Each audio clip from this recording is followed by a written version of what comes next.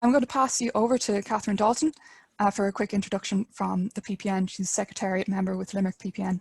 Thanks, Catherine. Yes, thank you very much. Just like to welcome everybody here tonight. We have about 27 people registered and we're growing in numbers by the minute. We initially opened this to the Climate and Biodiversity Action linkage group, but then we've opened it out to the wider linkage group. So we have people here from different PPN linkage groups and maybe from outside the PPN also, because it was advertised on the Irish Environmental Network additionally. So I just want to thank Mary Casey, our PPN worker here tonight, and also our sign language interpreter, Nita Kameen. Can I just say that the PPN have now embedded the Sustainable Development Goals into our constitution, and we're greatly supportive of the running of these workshops. So we're really delighted to have Catherine and Davie Phillip here with us today from the National Environmental Pillar and from Cultivate.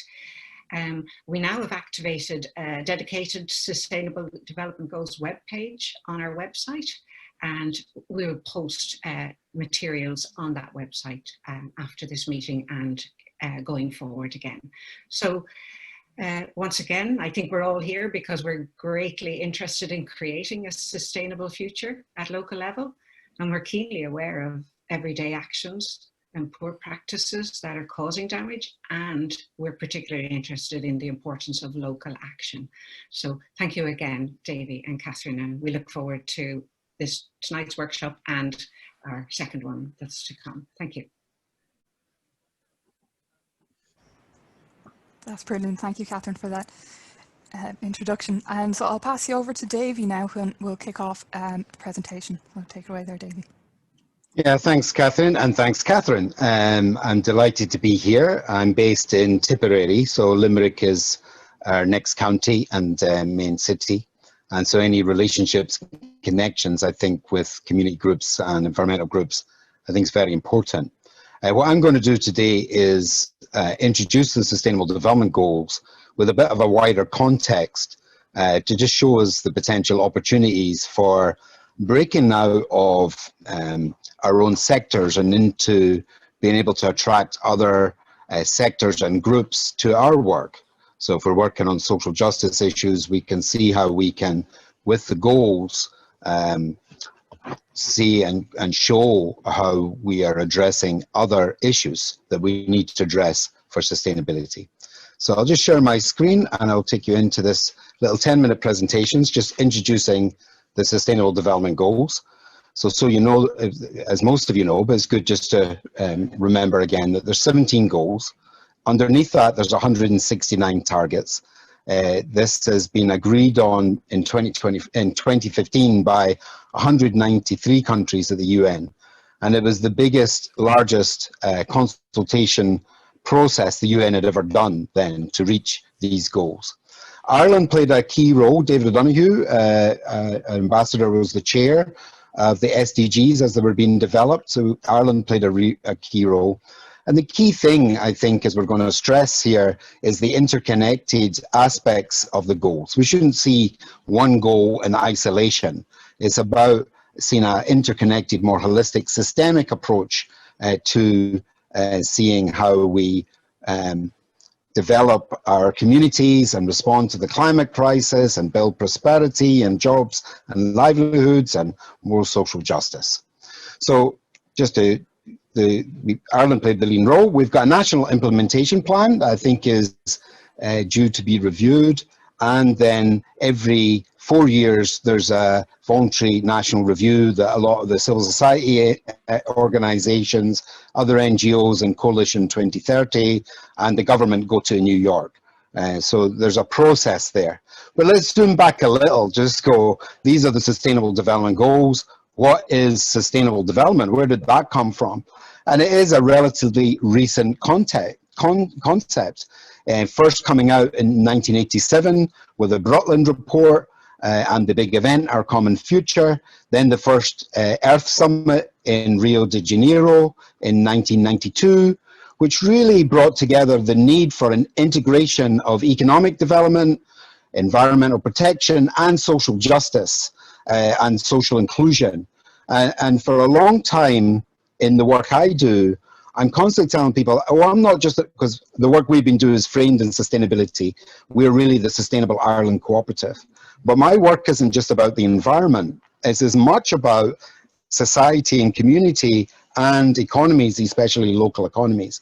So the need to bring these together. Now, we'll go into it a bit more, but there's a need to think more systemically as well. So in 2000, these were developed, these ideas were developed, and the Millennium Development Goals were released in 2000. They were 8 goals specifically for the majority world. In 2012 at Rio 20, again, this gathering of nations every year or every 2 years, they committed in 2012 to develop the Sustainable Development Goals, and I said a large consultation process. In 2015, they were launched. And they're launched, I think, again, to ensure that by 2030, that we have a more habitable planet. So on that note, I want to just go into context, because without context, these ideas won't stick. And so the context that we're working in, this diagram explains really well. Don't worry, I'm going to talk you through it. Behind the green donut, they call it, in the middle, is a graph from the Stockholm Resilience Centre, who did a lot of work on the critical thresholds that if we cross, the environmental thresholds that if we cross, we will be in a runaway situation and will never get back. So we're already crossing in 4 areas: climate change, biodiversity loss, land conversion, loss of habitats, and nitrous and phosphorus loading. And we're getting very close to many others. So there's an ecological ceiling that we have to stay within to have a safe carrying capacity and ensure that we have a hospitable planet by the end of this century, which in our current trajectory is not going to happen. Which you'd think would be the headline in every newspaper and every day, that we are facing an existential crisis that we're totally unequipped and actually paying lip service mostly to doing anything about. So the ecological ceiling is what we have to stay within. The middle of the donut is the social foundation. And this is from Donut Economics by Kate Rayworth. Kate Rayworth has an amazing RSA lecture just last week, which is worth watching, on donut economics, which is a stupid name, and she goes into that. But the idea of bagel economics will be worse, and really it's about this safe ring where we have a strong social foundation. So the red lines are based on the Sustainable Development Goals, and they're the shortfall we have in equality, in gender and housing, and energy and water and food, the things that will give us a safe social foundation. And so we need to avoid overshoot and stay within our ecological limits with an ecological ceiling, and we need to fill these shortfalls in these areas to have a strong social foundation. And now this, I'm not going to go too much more, but it just, this will help us think about the way we perceive sustainability and sustainable development. Sustainable development has typically been a three-legged stool. We need to balance the environment with the economy and society. And that is just ridiculous, because we live in a whole system. We have a series of nested systems. So we need a safe biosphere, an ecological system that sustains us at all costs. We're not going to balance that with the economy, but that in that biosphere nests society. And in the goals, we've got 4 goals for the biosphere and 8 goals for society. And there's 4 goals for the economy. Now, the economy is a system that works for society, not currently being led by the market and profit and growth, to basically extinction or a very troubled time. As we're starting in this decade, we're going to see the impacts more and more. So we have 16 goals separated between these 3 big systems that we need to see as a whole system, and as we go into the exercise, ensure that we're touching on other goals in other areas, not just, we're working on climate, so we're goal 13. you're probably also doing something that builds social capital or a sense of community, so you're reaching goal 11. And we're going to explore that a little bit more. But when we start to see this, the SDGs in this framework, the wedding cake framework, they say, we start to think systemically. Goal 17 is cutting through them all. It's the weaving together, the processes, the dialogue between these different sectors, different areas of work. And at the different levels, we're working at the international level with these goals and an agenda to reach these goals by 2030. Each country is signed up to the goals, and now every local authority and now PPN, so we're bringing the goals down to the local level. And that's what I really want to end on. The goals are another thing we have to do in our work.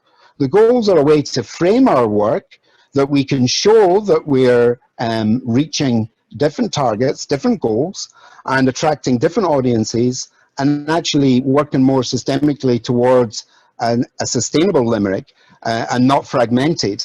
And so that's really our big message. Of these goals, platitudes we've heard all our life: end hunger, end poverty, but when taken together is a common language to talk about the work we do. You know, so I'm an environmentalist, but at the heart of it, I'm up for a really strong local economy, and I'm really interested in equality and social justice. You know, so we can start to shape our work by showing the goals. Now a lot of the LEC, well, Catherine will go into this, the way they're being used, but we'll see the benefits of knowing that. So if there's any questions or reflections, put them in the chat, and we'll, after Catherine's 10 minutes, we'll share that before we go into our exercise. But hopefully that's given you just a bigger context to what the goals are, and we'll start to think about how we might use them. So I'll end there and I'll stop sharing my screen if I can, which always is difficult for me. Okay, Catherine, you can take away. Thanks, Davie. That was a great overview there. And now for myself to figure out my screen share.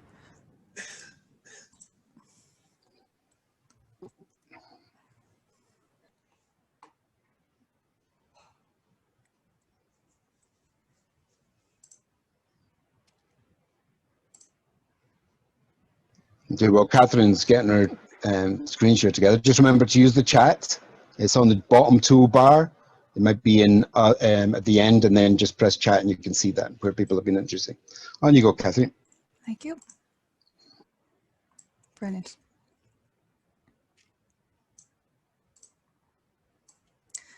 So I'll be repeating a few of the same kind of ideas here, but so I might fly through a few of them that are a bit repetitive. But this is a simple outline of the world as seen by the environmental pillar. So you can see we have the environment that existed first, before everything.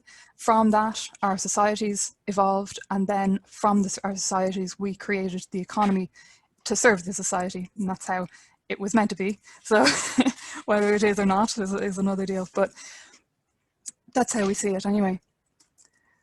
So then we're coming back to this wedding cake diagram, and it reflects the same aspects as the previous diagram, but it has a vital difference, and that's the partnership between the goals that spears through all the tiers of the cake. So if you imagine this as a wedding cake, we have our solid foundation of the biosphere, and if you don't get that right, if you don't get that solid, the others won't stay up. And like, if anyone bakes here, you might know that if you have a very tall cake, you need a spear to keep them all together, and that is the partnership for the goals, and it really connects all of them as well. So that's the kind of a simplified version, I guess, of what Davie was just discussing. And yeah, as well, that no issue exists in a silo. So each one of them is connected to another, each one of them affects each other. So I just wanted to show a few examples of what was going on in Ireland with the SDGs. And I wanted to, as well, there was a brilliant comparison I thought made by Senator Alice Mary Higgins when she was speaking about the SDGs. She likened them to the Universal Declaration of Human Rights, in that when the Human Rights Declaration was created in 1948, it didn't mean that everyone suddenly had access to human rights overnight, but it was an agreement that everyone should, and it was the stepping stones to ensuring that everyone did, or working towards everyone having them. So the same with the SDGs. It doesn't mean that we suddenly have created this perfect world, but it's an agreement that we think that this is where we as a world should go, and how it could happen. So it really is an amazing agreement between so many people. But just like with human rights and with anything, you need to have awareness of these created, and that's the first thing that's going to happen. So a lot of these actions that I'm going to show you firstly are very much focused on awareness of the SDGs and of how to integrate the SDGs into your work. And so the first that we have here is County Carlow SDG integration. So they are a SDG champion that was chosen, and they did a lot of work with a team of 3 to label all their work and to put on awareness events, conferences. They worked a lot with the Carlow PPN, and so there was some really good collaboration going on there. And they branded all their media and all their internal communications as well with the SDGs. And they, this is from a presentation from Jeanette O'Brien, the Environmental Awareness Officer in County Carlow. And she was making the point that the SDGs permeate all the functional areas of the local authorities. And so that's what this diagram is just a clip of there. And if you want to watch the full 10-minute presentation from Jeanette, she goes into what Carlow County Council did a lot more than I have time for here, but the link is down there on the slide. So we'll send these out afterwards. So there's another example of one of the SDG champions. It's the Men's Shed Association, and you'll see there how they linked they got what their SDGs, which ones were appropriate for them, and it linked it out into a nice diagram of how they are tackling them. And you can also see all the SDG champions. So I've included all the links for everything down at the bottom of the slide so that you can have a look afterwards. And a brilliant awareness raising objective that I thought was just fantastic was Presentation College in Bray that built their school in Minecraft, and then over the course of 2 weeks, using the SDGs, they decided how their school could accomplish the Sustainable Development Goals, and then they went to build it in Minecraft to see this wonderful vision of what they could do. And I just thought that was just brilliant. So moving on from the kind of awareness actions, these are kind of, you'll see a bit of a snapshot of people who are working on the SDGs. But this one in particular is a mapping tool that was developed by Wicklow PPN and Wicklow County Council, and they are inviting all the Wicklow groups to put up their actions on the map so they can see where everyone is and what actions are happening for the SDGs. But the interesting thing is when you go into the actions that are down, when you go through them on the side, they're really just, everyday actions. They're not particular, we are putting this action on for this SDG. It's just, this is what we do, this is our work, and these are the SDGs that they hit. So the SDGs aren't, it's not extra work is what I wanted to get across. You are already doing the work of the Sustainable Development Goals. You are already working towards achieving them. So it's not that you have to suddenly change your work and adopt the SDGs, but it's using them to frame your work in order to develop it and to work towards a common goal as well. And so just one of the examples of one of the actions that was up there that I thought was wonderful, and was the Bikes for Africa action. That was the Rotary Club of Bray and Wicklow, and they collected bikes, and they were repaired in the Shelton Abbey Open Prison, and then they were given to students in Africa so that they had transport to school, and it was funded through the Anti-Dumping Initiative. So the 4 SDGs that they figured that they were hitting were no poverty, quality education, reduced inequalities, and partnership for the goals. But I would think that they were also hitting responsible consumption and production and sustainable communities as well. So it's just to show that this one action that they were already doing is already hitting so many actions, and such a crossover of actions as well. And this is more for yourselves afterwards. It's just some resources. So there's information packs, but and that kind of thing. The one I wanted to really show here as well was the Join Coalition 2030. If you would like, you can join them, and you'll hear more about the SDGs of what's happening in Ireland. And the communication pack as well, it has everything you'll need for icons and banners and all that kind of thing. And there's the link to the Limerick PPN SDG webpage as well that was mentioned by Catherine Dalton at the start. So that's up and running too.